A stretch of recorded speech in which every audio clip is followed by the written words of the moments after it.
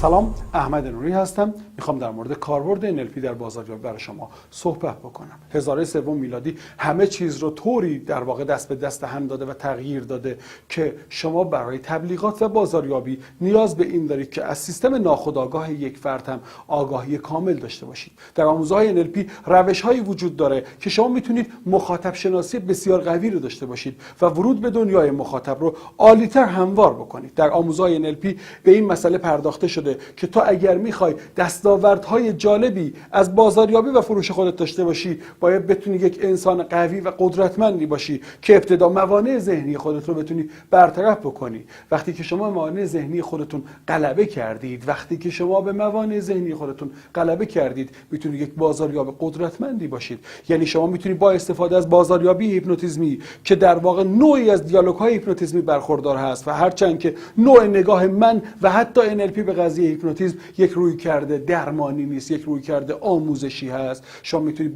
با استفاده از این روش، در واقع روش‌های بسیار جالبی که در این دوره‌ها وجود داره، سیستم بازاریابی خودتون رو به نحو احسن برنامه‌ریزی بکنید و ورود به دنیای مخاطب رو راحت‌تر. یکی دیگر از پرکاربردترین جاهایی که در واقع یک بازاریاب میتونه استفاده بکنه بحث مذاکره است. در NLP روش‌های بسیار زیادی وجود داره برای مذاکره و برای برگزاری جلسات کاری که شما میتونید با یادگیری اونها بتونید میزان در واقع فروش خودتون رو به طرز عجیبی بالا ببرید و از این طریق بتونید یک انسان قدرتمندی در زمینه کاری خودتون باشید. توصیه میکنم به همه کسانی که در این حوزه فعالیت میکنن. من آموزش‌های زیادی در مدارس بیمه و در جاهای مختلف داشتم به فروشنده هایی که قرار هست اونها مراجعه بکنن. تکرار میکنم، قرار است فروشنده‌ای که به در واقع خریدار مراجعه بکنه آموزش دادم و از این طریق تونستم در واقع فیدبک های جالبی بگیرم. همراه من باشید در